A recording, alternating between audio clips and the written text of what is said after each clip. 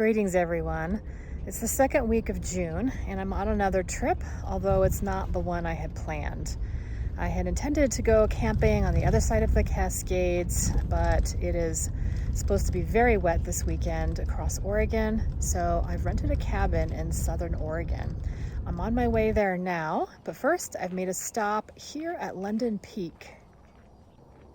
There's a road that takes you pretty much all the way up to the top, and then there's a trail that goes out to an overlook with views. So that's where I'm headed now. By the way, London Peak is named for Jack London, who stayed at the Wolf Creek Inn at the base of this mountain and wrote a book, or part of a book. I'll put that on the screen. Well, that was a pleasant little walk. It took me about 15 minutes to walk the half mile out here to the overlook. And the view includes Interstate 5 way down below. This is looking north, and that's the community of Wolf Creek down there, which is where the Wolf Creek Inn is located.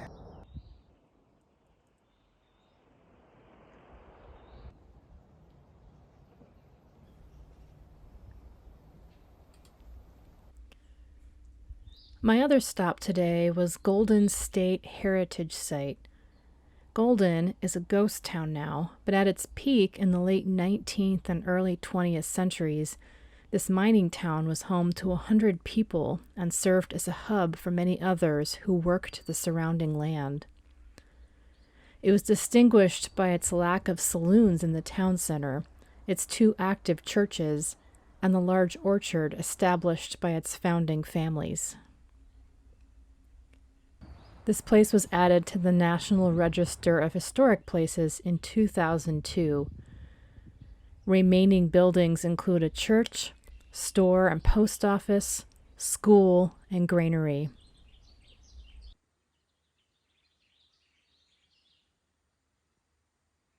Across the road are the Golden Coyote Wetlands. After 150 years of gold mining along Coyote Creek here, this area has been restored. A variety of organizations and citizens got together to recreate ponds, replant vegetation, and create wildlife habitat. I took a stroll through here before moving on. Well, I've arrived at the cabin that I'm renting for the weekend, and it's really cute and cozy.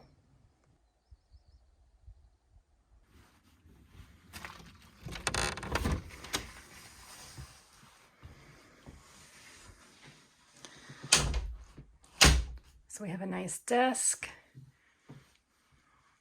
and a little kitchen area. A nice cozy reading chair. And another cozy reading area. We have a nice little bathroom with a composting toilet and a shower. This deck is awesome. It's a nice place to eat outside here. There's a fire pit and picnic table and a grill over there. And a nice place to relax over here. There's a hatch that folds down for access to the sleeping loft.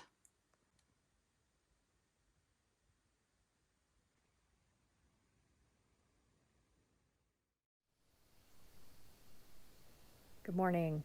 It's a lovely morning here at the cabin in the forest. I've been enjoying sitting out here and just enjoying the sounds of nature and the birds and reading my book. It's been a very lovely morning.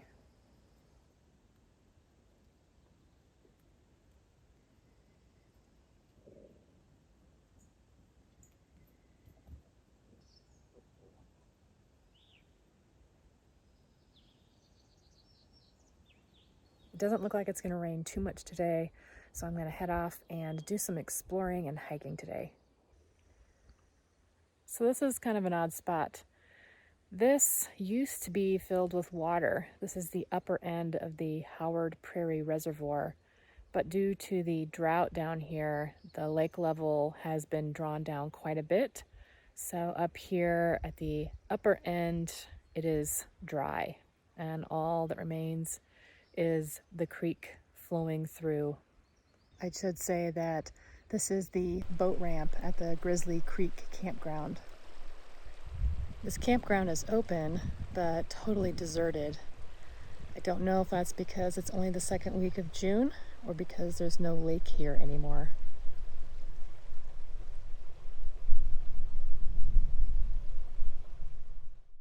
Well, I'm here in the Rogue River Siskiyou National Forest, and I'm going to take a little jaunt up to Old Baldy. I don't know if there's any views up there, but I hope to at least find the geocache. As I suspected, there really aren't any views up here anymore. This was once the site of a fire lookout, but it was removed 60 years ago and the trees have grown up. All that's left is some broken glass and nails. I did find the geocache, though.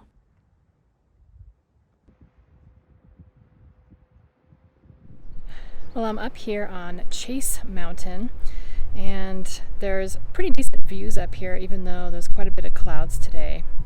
The one thing that I should be able to see, but I can't because of the clouds, is Mount McLaughlin. There's an old fire lookout up here, and you can't climb all the way to the top. They have it locked up. And in any case, the wind is really, really intense up here. But I was able to walk around the summit in and amongst the communications towers here and get some various views around.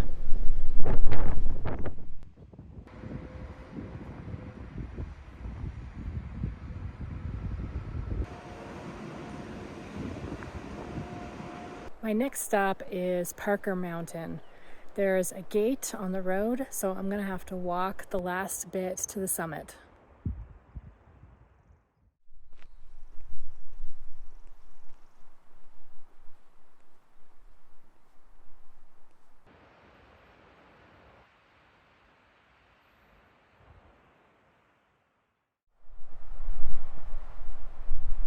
It's a very muggy and very windy day, but it was still a pleasant walk up to the lookout.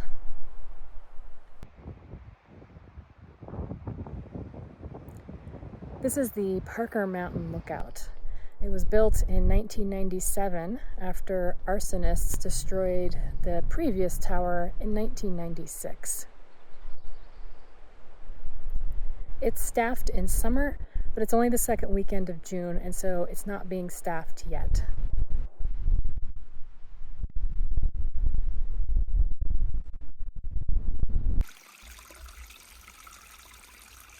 I stopped at Tubb Springs State Wayside. The springs here were used by immigrants on the Applegate Trail. You can still drink the water from the spring. There's a little trail you can follow that connects with an old segment of a pioneer wagon road.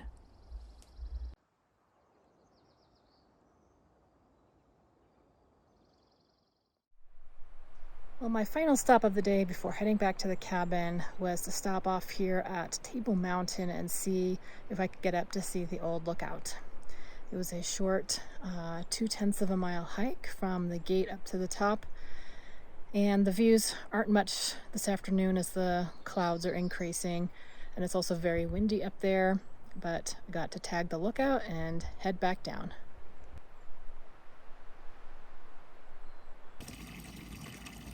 Back at the cabin, I tried out the outdoor tub and spent a pleasant evening on the porch with a book and a glass of wine until it started raining.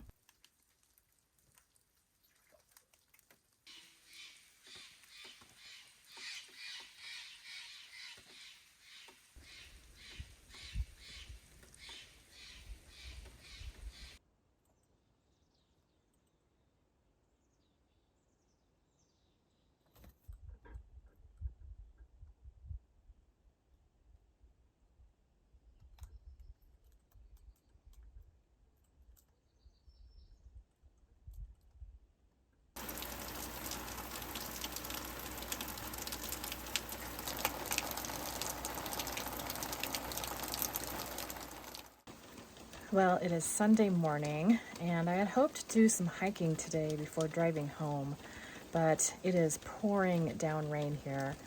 So I've spent the morning cozied up inside the cabin, reading my book. Checkout time is approaching, so it's time for me to pack up and head home. Thanks for watching.